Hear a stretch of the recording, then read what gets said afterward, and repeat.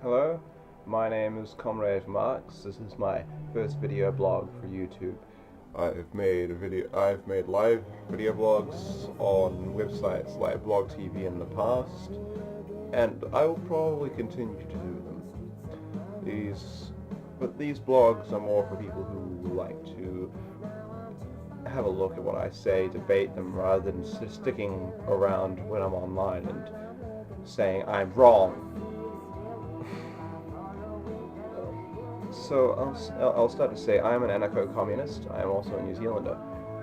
I believe in the whole to each person according to his needs, from each person according to his means, the fundamental idea behind communism. And a lot of people hate that. And to begin with, I'm going to talk about capitalism and corruption that is inherent in our world. Capitalism is a profit-driven system. You can't have capitalism without profit. You need that incentive that drives it, rather than people doing things for the greater good for humanity. They'll do things because they can make a buck out of it. So, with this system of capitalism, the great benefit of it is that you have the right to personal property, to be able to own things, to be able to own a house, all that stuff. And people see that as great freedom, in comparison to countries like China or the old Soviet Union, whereas property was owned by the state and distributed equally, along with all assets owned by you were disputed amongst people, and the country's very poor. It's very bad. But now we've reached a point where capitalism too has become something that is a threat to humanity. And it's a rather subtle thing. It's not something that you can just say, oh look, there's a capitalist and he's holding an AK-47.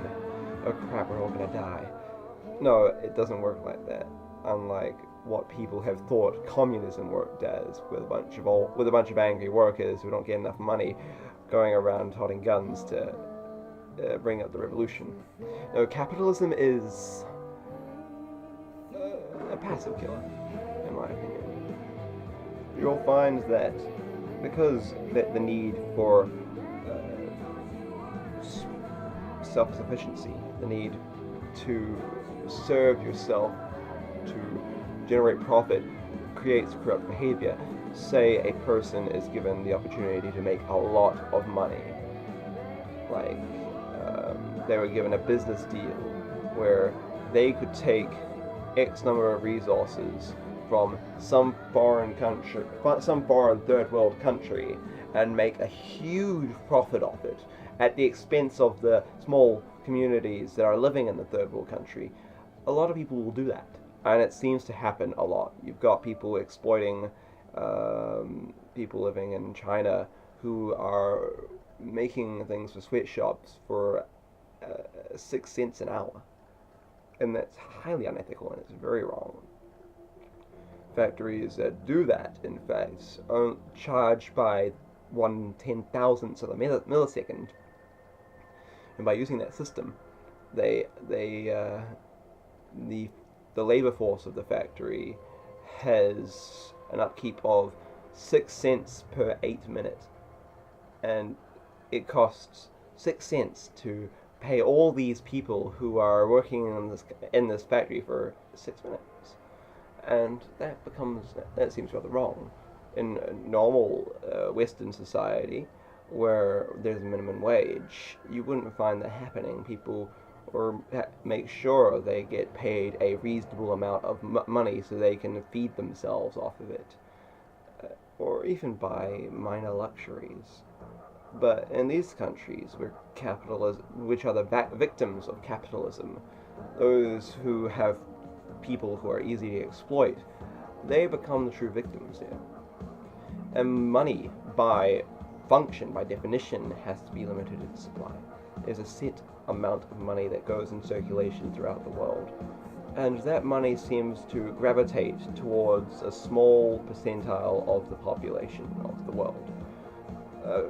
statistics I saw a while ago stated that 1% of the world's population owns 40% of the world's wealth, while 50% of the world's population live on under $2 a day.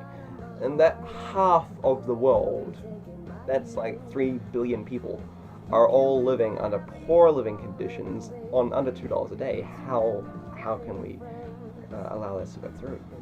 But it's commonplace, it's seen as the way it is. But I think we can be done differently. And I will continue this the next time I can be bothered bringing up a log. Right?